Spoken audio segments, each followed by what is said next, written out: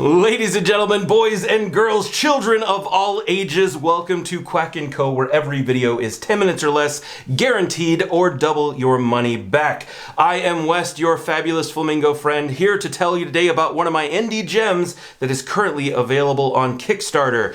The one and amazing Catharsis. This is an awesome boss battler, dice placement, very unique game that I'm super excited to tell you about.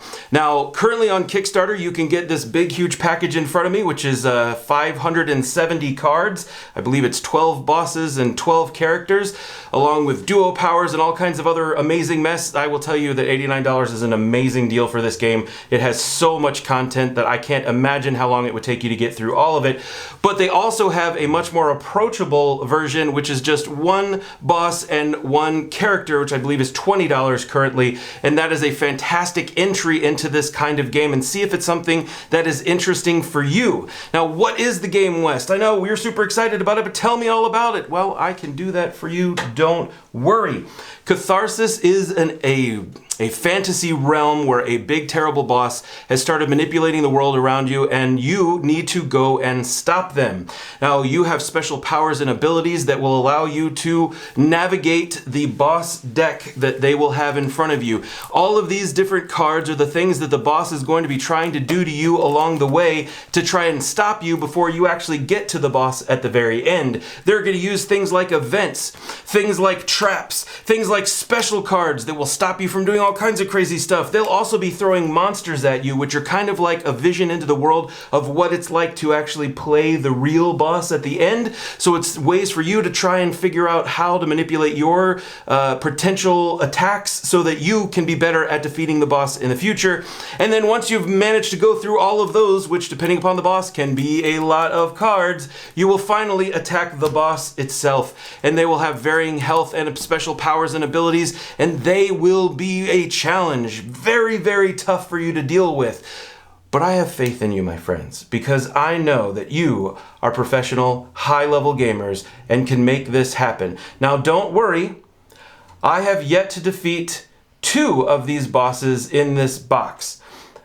I've played 4 of these bosses in this box. So yeah, it's a little challenging. I'm not gonna lie, it's a little challenging, but it's really fun. I've had a great time. Each and every boss that I've played has been fantastic. Now you can play this as a solo game. You can one-handed, two-handed, 3, 4-handed. As a matter of fact, I believe you can play up to 6 players on each time you're playing this game. So it's got a lot of flexibility there. And in addition to that, or 4 players, excuse me, 4 players on this. But anyway, you can play all the way up to 4 players on this. And the great part about it is it's a very interesting cooperative experience because there are different roles. Each player has a completely asymmetric deck of cards themselves that they will use the dice they roll to be able to affect different types of things that will happen to you or happen to the boss or the other things that you're dealing with throughout the game. I'll give you some great examples. You could be a druid, and as a druid, you can have you can activate these abilities by placing dice on top of them here with corresponding numbers, and then you will activate the top ability of the card, which in this particular case would allow you to change the value of up to 3 dice on your rolled space or in your dice pool that you've just rolled. Or you could activate the bottom of this card by increasing damage of another ability by 3. So if you've managed to damage using damage ability on another card, you can increase that damage by 3, activating the bottom of this. But that's the key. You can't activate the top and the bottom. You can only activate either the top or the bottom, but you'll have a total of 6 cards in front of you that you'll be able to use throughout the game. And once you've used the power on it, you'll be exhausting the card and flipping it over. Now, West, what happens once I've used all 6 cards? Well, I'm glad you asked. Then you'll have to use some morale, and you'll be depleting your morale a little bit, which is this beautiful morale track here, which, by the way, is magnetized, which is pretty cool, so that way your pawn doesn't flip off when you're rolling dice. It's a thoughtful thing that those folks from Cyber Wizard came up with by making this a magnetic piece. Very, very thoughtful. But you'll be able to flip those cards back over if you want, or you can just take damage from the boss and allow those cards to flip over as a way of taking damage.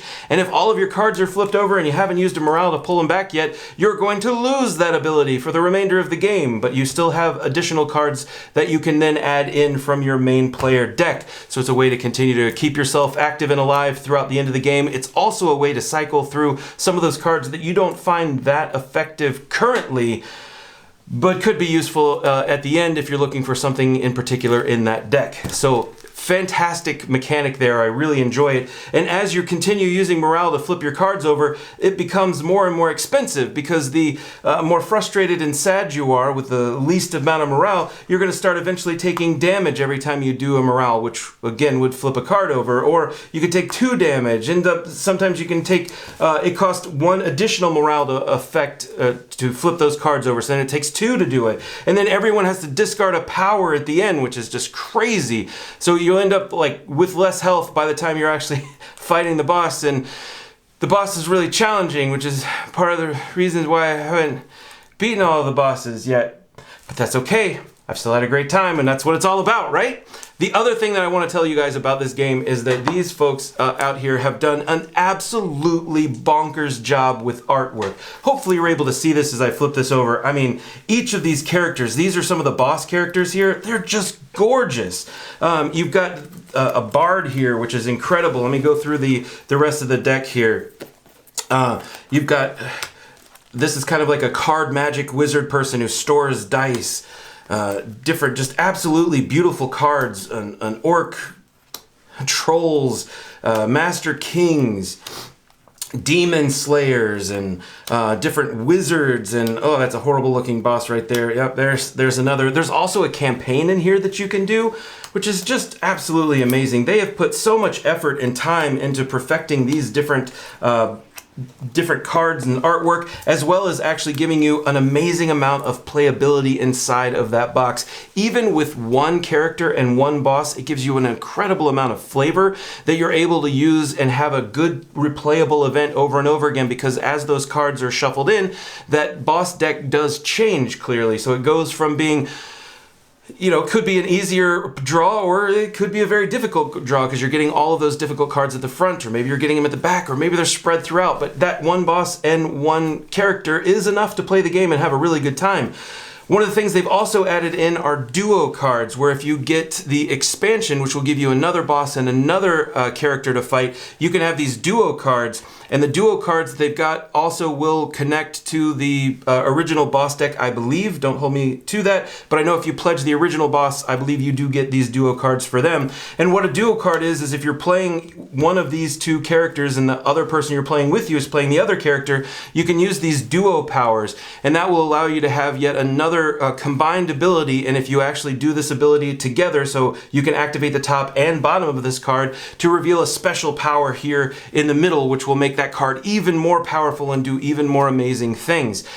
I think overall the folks at Cyber Wizard Games have done an incredible job creating something really unique and varied here. I didn't even go into the fact that each character being asymmetric sometimes means you use the cards differently. Like the bard over here, he starts singing his beautiful songs, and they're very nice, you know, they're good songs. They start off easy, and then they start to crescendo at the end. So as you're using the first power, it twists the card, and then you get a slightly more powerful card. Then you twist it again, and you do another more powerful card. And then at the end, you could do the final massive amount of damage, but it completely exhausts the cards, and you're not able to use it anymore. It destroys it. It doesn't just flip it over. So there's some pretty amazing things that you're able to do here with the game, and I am excited to be able to bring it forward to you. I really, really believe in this company. I believe in these guys.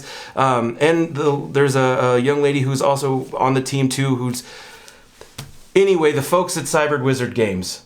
Amazing folks. Very, very happy to be able to showcase this game to you. Please go check them out on Kickstarter. Back responsibly. Try out the game. See if it's something you're interested in. Let them know that the Flamingo sent you. And as always, less time watching means more time playing.